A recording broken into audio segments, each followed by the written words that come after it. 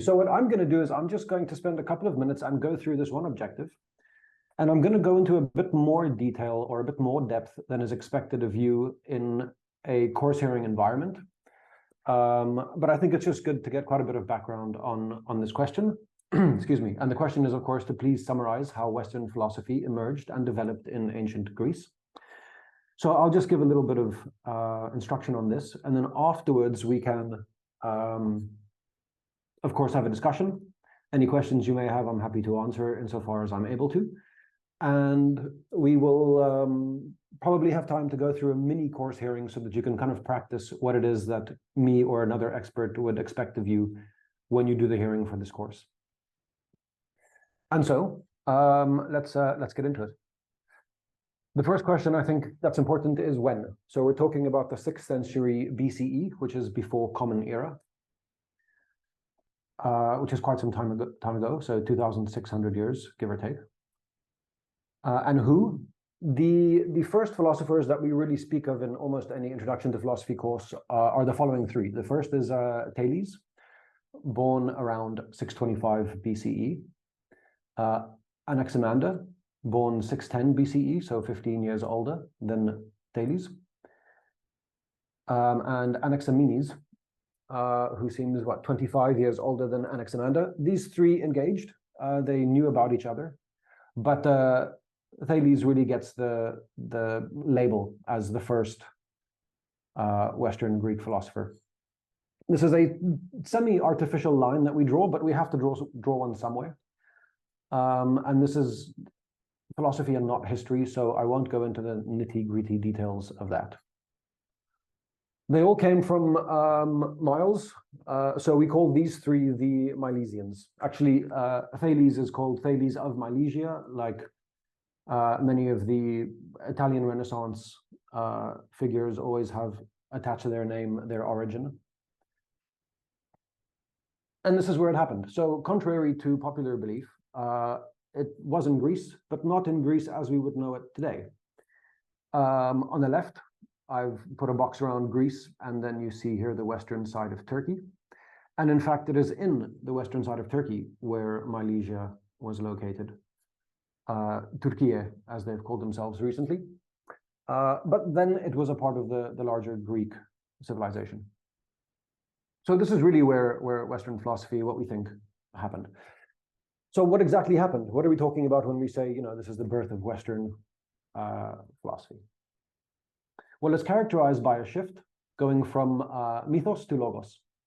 Myth to word or reason. And this is how we generally categorize it. So prior to this shift, a bit before Thales, shall we say, mythology explained the world. And if we take Homo sapiens to be about 200,000 years old, then for almost 200,000 years, myth was how the world was explained. Or at least attempted to be explained. One example from the era of the Greeks. So we have Aesop's fables. He was living around the time of Thales, and he wrote down quite a few of the stories. And he gives us a story of why a turtle has a shell. Perhaps not the most philosophical of questions, but nonetheless, it gives us a good idea of how they went about providing explanations. And so Zeus had a wedding. Zeus is the god of gods or the king of gods. He invited everyone. The turtle decided that they are much more comfortable at home. They will not go. Zeus was, of course, offended that a lowly turtle doesn't go to his wedding. And so as a sort of punishment or retribution, he ensured that turtles should always carry their shell wherever they go. So if you like your home so much, well, you'll be with it forever. And this explains how and why turtles have shells. After the philosophers, we like to categorize the way of thinking not as mythos, but as logos. So logos got slightly more important, and we changed a little bit how we approach these things. So questions about the world are answered using reason and logic. I abstract a little bit, and I make it seem a little bit more simple. Obviously, there's huge overlap between the two. It didn't happen overnight. But the dominant approach is one that encapsulates logos. So natural phenomena the seasons, night and day, the change between them, the tides in the ocean, etc., etc. Natural phenomena received impersonal and natural explanations rather than ones from the gods or originating in a myth. So these early philosophers, Thales, Anaximander, and Anaximenes, they started to ask questions which led them very quickly to the question about the basic structure from which everything is made. So you look around the world, you see stuff everywhere, fluid, solid, soft, warm, and you ask, but what is it actually made of? And with just one example, Thales, he said everything is water. Water changing state, ice, water or vapor. He looked around him and he saw water essentially everywhere. And he said, this is it, water is what's at base. So a quick little comparison between the two, which I think is a good way to approach it. So what does mythology or mythos give us, and what does natural philosophy or logos give us? Firstly, I call this natural philosophy. It's not my choice. This is just what the field does. And really, this is a kind of science before science as we know it today happened, because they were interested in the natural world, which for us today would be the scientific world. And why that is the case will be clear in a moment. So the first question to ask about the mythological explanation is whether it is an explanation. Does it really explain to us why a turtle has a shell if the answer is Zeus got offended and punished the turtle? It's more of a narrative. It gives us less explanatory power, perhaps, depending on what we want from an explanation. We also have to look at the origin of the explanation, and this is a story that you would have heard from your society or community, and it's passed down, written or oral. This is sort of just inherited by a society.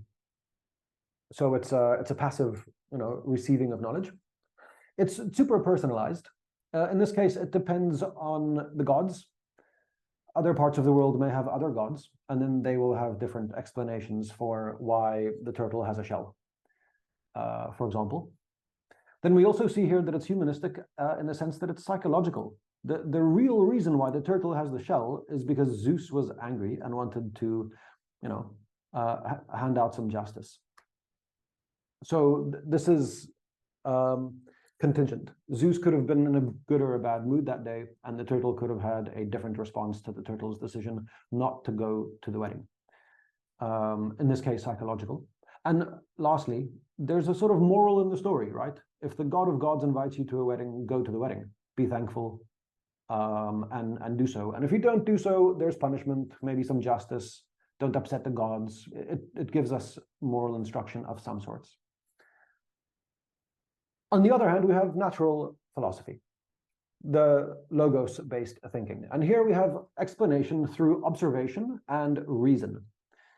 So it's rational and it includes evidence for itself. So why is, according to Thales, why is the world fundamentally consisting of water? He has an explanation of this that you yourself can also go and check in the world. It's not to say he's correct, but we can't check whether the turtle did or did not go to Zeus's wedding and whether or not Zeus was upset enough to force the turtle to always carry their house with them. This is simply something that we just accept. We take it at face value. We believe.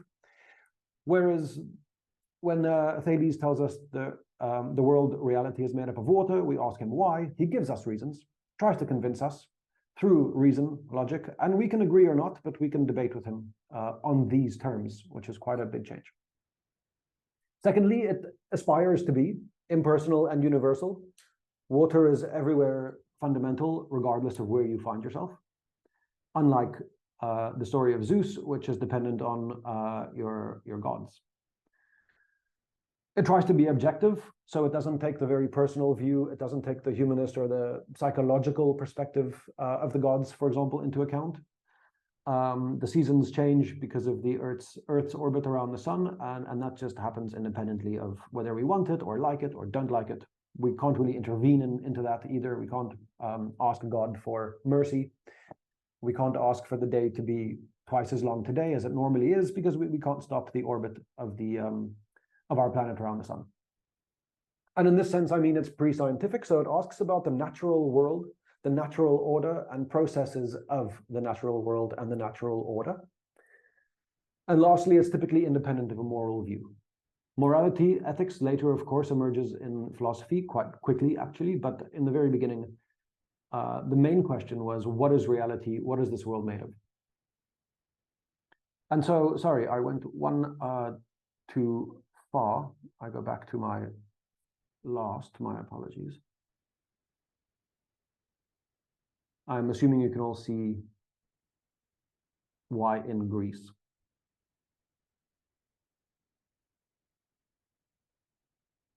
Yes? No? Okay, yeah, thank you. So lastly, and this is a bit of extra information, but I find it very interesting. The impossible question to answer from a historical perspective is why Greece, right? There were other civilizations around the world at that time, big ones, powerful ones, doing really interesting, complicated projects. Why Greece? Firstly, of course, it's Greece to us because we're into Western philosophy and Greece is fairly West. So in this case, it's accidental to us. If we had studied ancient Chinese philosophy, the question would have been, why China? Well, and that just depends on our point of departure. But having made this point of departure, and if we do confine ourselves to Western philosophy, then why in the Western world was it Greece? And really, the best explanation we have, which is not a complete answer, is geography. So due to the geography of the Greek islands, they're quite mountainous. The mainland is mountainous. The islands are not remote, but they're surrounded by water. It's a bit more difficult to get between them. Greece was unable to feed itself. There's not enough space to grow the cereals that is the staple food. They were able to grow, as we know today still, olives, great wine, and cheese, amongst other goods. These can be sold. These are economically very valuable. And so they were sold, and trade was obviously very important to the Greeks. Geographically, they're located in a very interesting trade route, also connecting the East and the West through Turkey, the Silk Road, et cetera, et cetera. So they had a bit of extra money, quite a bit of extra money. Standard of life got pretty high. And with a high life standard, as we know, the question always is, what do we do with our free time? We have money, we have free time. And so the society developed public sports like the Olympic Games, theater, et cetera, which gives a lot of space for thought and creativity to begin to emerge. And then lastly, the city-states of Greece were to a large extent independent of each other, intra-dependent also, but there was no overarching Greek civilization that was that was hegemonic. Unlike, for example, in Egypt, where the pharaohs were very easily able to just overtake all the groups of people around them and create one religion, one state, one bureaucracy. In Greece, this was not the case.